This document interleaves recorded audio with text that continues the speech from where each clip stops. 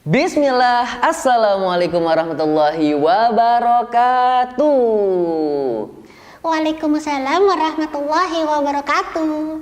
Adik-adikku yang saleh dan saleh, jumpa lagi bersama Kagung Tio di Elhana Learning Center. Nah adik-adik, alhamdulillah, yuk kita bersyukur kembali kepada Allah Subhanahu wa Ta'ala yang telah memberikan nikmat-nikmatnya kepada kita. Dengan cara apa? Dengan cara kita beribadah yang baik, dengan cara kita menuntut ilmu dan juga mengamalkannya.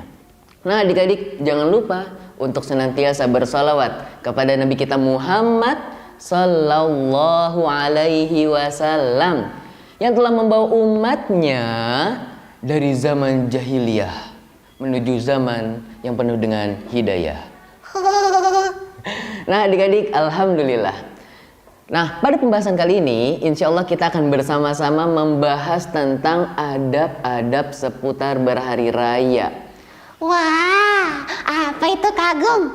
Apa aja ya yang namanya adab-adab berhari raya, atau di mana hari itu kita melaksanakan pesta, kaum muslimin bersenang-senang, kaum muslimin berbahagia. Tapi jangan sampai cuma senangnya aja yang kita dapat, tetapi usahakan di balik senang itu pahala yang luar biasa besar kita juga peroleh. Gimana caranya adik-adik? Simak terus kajian ini. Baik adik-adik, yuk kita akan bahas satu-satu tentang adab-adab berhari raya Idul Fitri. Yang pertama, nah ketika pagi hari, ketika kita melek, kan yang namanya Idul Fitri tandanya udah tuh ya namanya puasanya udah selesai. Maka dari itu sudah tidak boleh ada lagi yang namanya puasa. Dan disunahkan kalau di pagi hari maka kita hendaknya memakan dulu sebutir kurma, menandakan untuk bahwasanya kita hari itu lagi nggak puasa loh. Ya, nah jadi kita ambil dulu kurma atau sekedar minum sebelum akhirnya kita berangkat menuju lapangan. Yang kedua, nah yang kedua apa nih adik-adik? Yang kedua adalah mempersiapkan pakaian terbaik. Yang mungkin bagi adik-adik pada tahun ini belum membeli pakaian baru, nggak usah khawatir. Rasulullah SAW tidak mengatakan di dalam hadisnya pakaian baru. Tidak, tetapi pakaian terbaik. Jika kalian merasa bahwasanya pakaian kalian yang kalian pakai saat ini adalah pakaian terbaik, maka gunakanlah. Karena pakaian terbaik bukanlah pakaian yang baru. Yang menurut kalian itu pakaian udah the best banget lah ya. Ibaratnya sekarang nih, Kagung lagi pakai baju ini dan tiba-tiba ada orang-orang yang bilang, Wah, Kagung, bajunya bagus. Beli di mana Kagung? nah berarti pakaian itu yang bagus, pakaian terbaik. Dan Kagung seneng banget kalau ada yang ngomong kayak gitu adik-adik ya. Nah maka dari itu ketika Idul Fitri nggak harus baju baru, pakai aja baju ini. Dan itulah yang disebut dengan pakaian terbaik. Yang ketiga apa nih adik-adik? Yang ketiga adalah mandi sebelum berangkat ke lapangan. Mandi dulu, jangan sampai kita mau pesta ya, kita mau berhari raya ya, mau seneng-seneng, tapi pas lagi mau seneng-seneng kumpul keluarga, tiba-tiba saudara kita, Bau apa ini? Serasa mau pingsan. Akhirnya keluarga kita mencium aroma ketiak dari ketek kita ya. Maka dari itu yuk sebelum kita berangkat ke lapangan, yuk kita mandi dulu adik-adik, agar wangi, agar enak dihirupnya oleh teman-teman kita yang sedang sholat. Jangan sampai lagi sholat belek masih di mana-mana, ngeces bekasnya di mana-mana, ketek baunya kemana-mana. Wah, Ya, nah itu dia bahayanya. Maka dari itu, yuk jangan sampai kita pergi ke lapangan, ke tempat pesta dalam keadaan beraroma yang tidak sedap. Nah kemudian adik-adik, yang keempat adalah mengucapkan tahniyah. Apa itu tahniyah Kagung?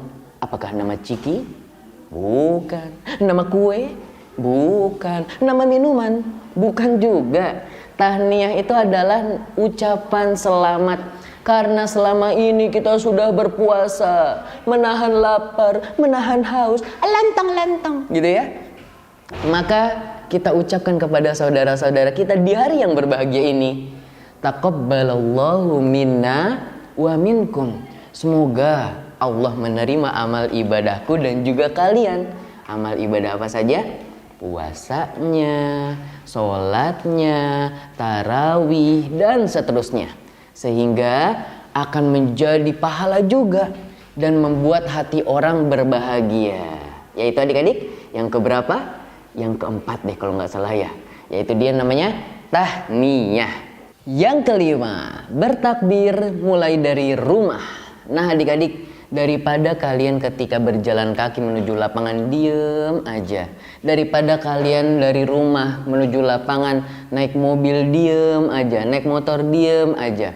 Nah yuk coba amalkan sunnah ini adik-adik, yaitu bertakbir dari rumah menuju lapangan. Gimana takbirnya Kak Agung? Ada dua versi adik-adik. Yang mungkin kalau ramainya di Indonesia, takbirnya 3 kali. Allahu Akbar, Allahu Akbar, Allahu Akbar. La ilaha illallah, wallahu akbar. Allahu Akbar walillahil hamd. Nah, versi yang kedua, takbirnya 2 kali doang. Kalian jangan heran ya. Seperti ini contohnya. Allahu Akbar, Allahu Akbar. La ilaha illallah, wallahu akbar. Allahu Akbar walillahil hamd.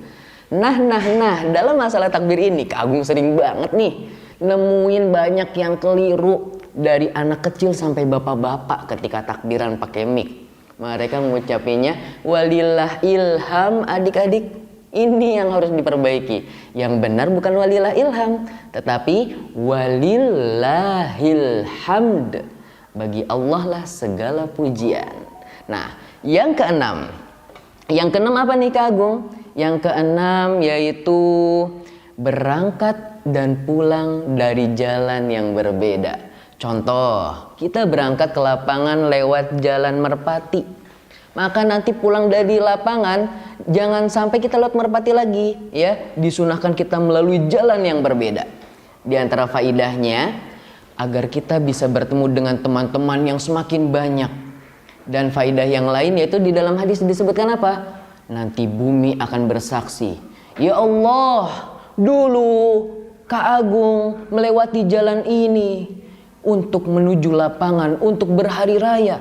Kemudian bumi yang lain pun bersaksi. Misalnya lewat jalan elang ketika pulangnya. Maka ia akan berbicara juga di hadapan Allah. Ya Allah, dulu juga Kak Agung pas pulang dari berhari raya, ia melewatiku. Nah ini dia yang dimaksud. Kenapa kita diperintahkan untuk berangkat dan pulang lewat jalan yang berbeda. Nah yang terakhir yaitu nih yang penting banget.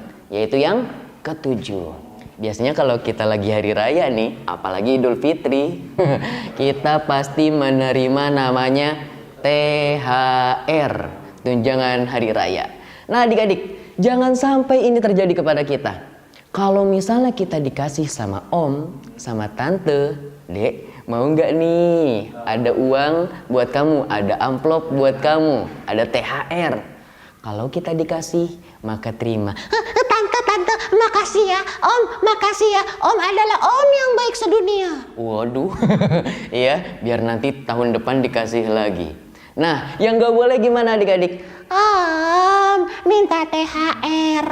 Nah, kalimat minta-minta ini yang tidak boleh atau menyinggung. Om, buat aku mana? Ini juga nggak boleh. Khawatir adik-adik. Kalau kita sering minta-minta, kata Nabi apa? Orang yang suka meminta-minta tanpa adanya kebutuhan, maka ia seperti meminta bara api neraka. Kalau dia mintanya dikit, maka bara api nerakanya dikit. Jika banyak, maka akan dapat banyak juga bara api nerakanya.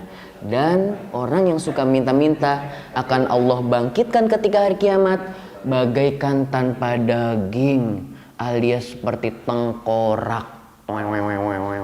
Makanya pada hari kiamat nanti jangan sampai kita suka minta-minta ketika di dunia, agar Allah bangkitkan kembali kita dalam keadaan sempurna. Barakallahu fikum. Wassalamualaikum warahmatullahi wabarakatuh.